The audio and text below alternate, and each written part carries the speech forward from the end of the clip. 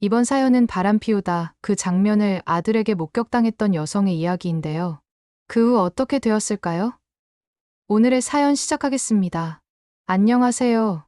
저는 50대 후반, 곧 있으면 할머니가 되는 여자입니다. 아무리 속죄를 해도 씻을 수 없는 죄를 여기에라도 고백하려고 이렇게 사연을 올립니다. 얼마 전 짝을 찾아 장가간 아들이 어렸을 때 제가 바람 피우는 모습을 봤었습니다. 그 후로 지금껏 아들과는 남처럼 살아왔고요. 아들이 결혼하기 전날 용서한다는 말을 해주어 밤새 울다가 퉁퉁 부은 얼굴로 혼주석에 앉았네요. 저는 남편과 결혼해 아이들이 어렸을 때부터 주말 부부로 살아왔습니다. 남편은 건축 관련 일을 하며 지방으로 돌아다녔고, 저는 아이들을 키우며 파트타임 알바를 하며 살았습니다.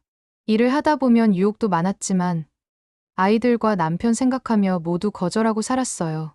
우리 아들이 중학생일 무렵 채팅이 유행했습니다.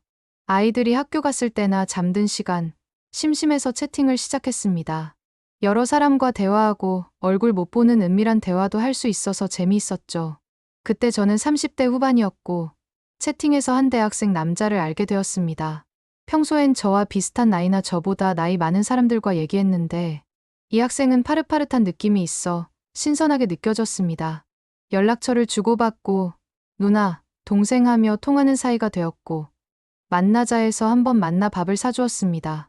만나보니 키도 크고 잘생기고 누나 하며 잘 따르니 참 이쁜 아이라고 생각했습니다. 2번, 3번 만나게 되었고 매일 통화하다 보니 거의 애인처럼 돼 있었습니다. 그러던 어느 날 제가 운전 중일 때 그 학생이 저를 더듬기 시작했습니다. 처음엔 어린 게 까불지 말라고 했지만 싫지 않았습니다. 공원 주차장에 차를 세우고 자판기 커피를 마시며 그 학생과 있었는데 갑자기 키스를 해오고 가슴을 만지더니 결국 차 안에서 관계를 갖게 되었습니다. 남편에게선 느껴보지 못한 감정에 정신을 잃을 정도였습니다. 그 후 그 학생과는 만날 때마다 모텔에 가거나 아이들이 학교에 간 틈에 집으로 불러 관계를 맺었습니다. 야동에서 본 걸 이것저것 해보고 싶어하는 그 학생에게 민망하다며 거절하는 척은 했지만 결국 다 해줬습니다. 다음 만남에 뭘 원할까 기대까지 하게 되었죠. 그러던 어느 날 아들이 단축 수업으로 예상보다 일찍 집에 왔습니다. 그날도 TV 소리를 크게 틀어놓고 그 학생과 집에서 관계를 갖고 있었는데 TV 소리 때문에 아들이 열쇠로 현관문을 여는 소리를 듣지 못했습니다. 한창 땀 흘리며 관계 중일 때 아들이 방문을 열고 엄마, 나왔어. 했습니다. 정말 머리카락이 전부 서는 듯한 느낌이었습니다. 아들은 아무 말 없이 그대로 나갔고 저는 쫓아가려 했지만 그 학생은 멈추지 않았습니다. 밀어내려 해도 덩치 큰 남자를 밀어내기엔 역부족이었고 빨리 끝내길 바라며 일부러 신음소리를 더 내며 그 상황을 마무리 지었습니다. 그 학생을 보낸 뒤 아들에게 전화했지만 받지 않았습니다. 밤늦게야 돌아온 아들은 말없이 방으로 들어가 문을 잠갔습니다.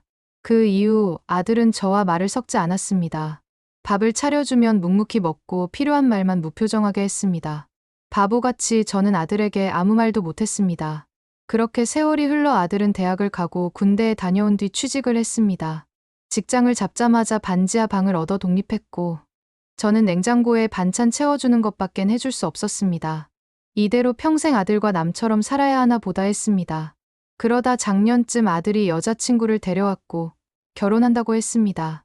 상견례를 하고 결혼식을 준비했으며 도움을 받지 않고 스스로 결혼을 치렀습니다. 남편은 그 말에 아들을 대견해하며 흔쾌히 허락했습니다. 결혼식 전날 아들이 집에 와서 자겠다고 했습니다. 남편과 술을 마시며 저는 안주를 만들었고 남편은 일찍 자러 방으로 들어갔습니다. 저도 방에 들어가려는데 아들이 엄마하고 불렀습니다. 거의 20년 만에 들은 아들의 엄마 소리에 눈물이 터졌습니다. 울고 있는 저에게 아들은 그동안 엄마한테 너무 냉정해서 미안하다고 말했습니다. 정말 목이 메어 아무 말도 할 수 없었습니다.